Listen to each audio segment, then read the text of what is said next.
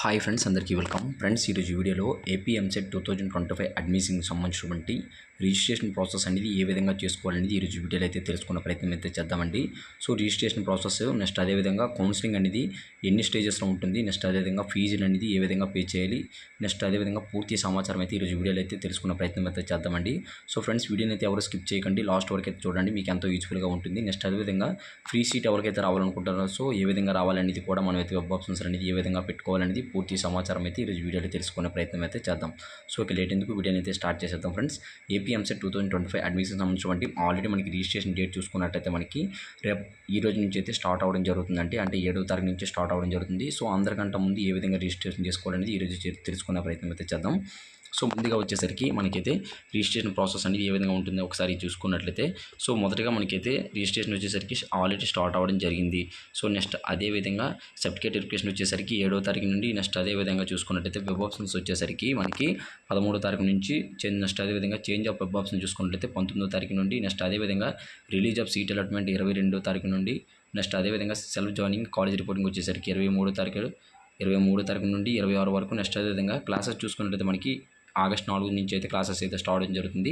So ఇక late ఎందుకు, దీనికి సంబంధించినటువంటి ప్రాసెస్ అనేది ఏ విధంగా ఉందో చూసుకుందాం. సో మొదటగా వచ్చేసరికి మనకి స్టెప్ 1లో అయితే ఏపీ ఎంసెట్కి సంబంధించినటువంటి రిజిస్ట్రేషన్ అయితే స్టార్ట్ అవుతుందండి. సో ఈ యొక్క రిజిస్ట్రేషన్ వచ్చేసరికి మీ యొక్క పర్సనల్ డీటెయిల్స్, నెక్స్ట్ విధంగా మీ యొక్క డాక్యుమెంట్స్, మీ AP EAMCET hall ticket, next విధంగా డేట్ ఆఫ్ బర్త్ మనం సబ్మిట్ చేసి మీ యొక్క డీటెయిల్స్ని అయితే రిజిస్ట్రేషన్ అయితే చేసుకోవచ్చు. నెక్స్ట్ అదేవిధంగా వన్స్ రిజిస్ట్రేషన్ చేసిన తర్వాత ప్రతి ఒక్కరు ఫీజుని అయితే పే చేయాల్సి ఉంటుంది. సో ఫీజు అనేది ఏ విధంగా ఉంటుంది చూసుకోండి ఒకసారి. మీ యొక్క రోల్ నెంబర్, నెక్స్ట్ అదేవిధంగా కస్టమర్ ఐడి, నెక్స్ట్ అదేవిధంగా మీ యొక్క name, next transaction ID, amount ఎంత పే చేశారు అనేది ప్రతి దానికి సంబంధించిన డీటెయిల్స్ అయితే ఉంటుంది. సో ఈ విధంగా మనకైతే ఫీజుని అయితే పే చేయాల్సి ఉంటుంది. సో యొక్క ఫీజు వచ్చేసరికి కేటగిరీ వైజ్ అయితే మనం అయితే పే చేయాలి. Net banking, credit card, debit card ద్వారా అయితే పే చేయాల్సి ఉంటుంది. నెక్స్ట్ అదేవిధంగా ఏపీ ఎంసెట్ 2025కి సంబంధించినటువంటి వెబ్ ఆప్షన్స్ అయితే మనకైతే ఇవ్వడం జరుగుతుందండి.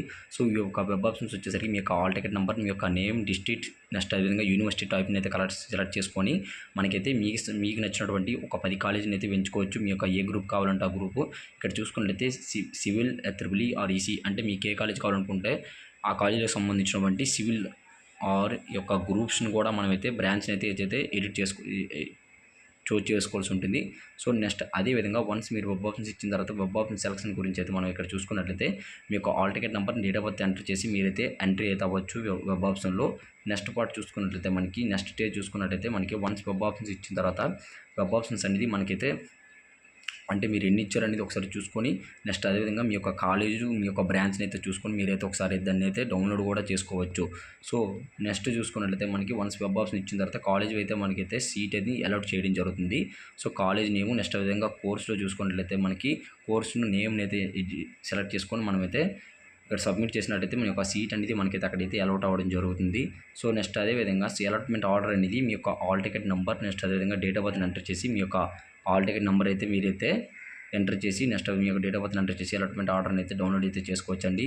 సో ప్రతి ఒక్కరూ మీ యొక్క ఈ విధంగా రిజిస్ట్రేషన్ అయితే చేసుకోండి. సో ఇది ఫ్రెండ్స్, ఇటువంటి మరిన్ని అప్డేట్స్ కోసం వెంటనే మన ఛానల్ని సబ్స్క్రైబ్ చేసుకోండి. And thanks for watching friends.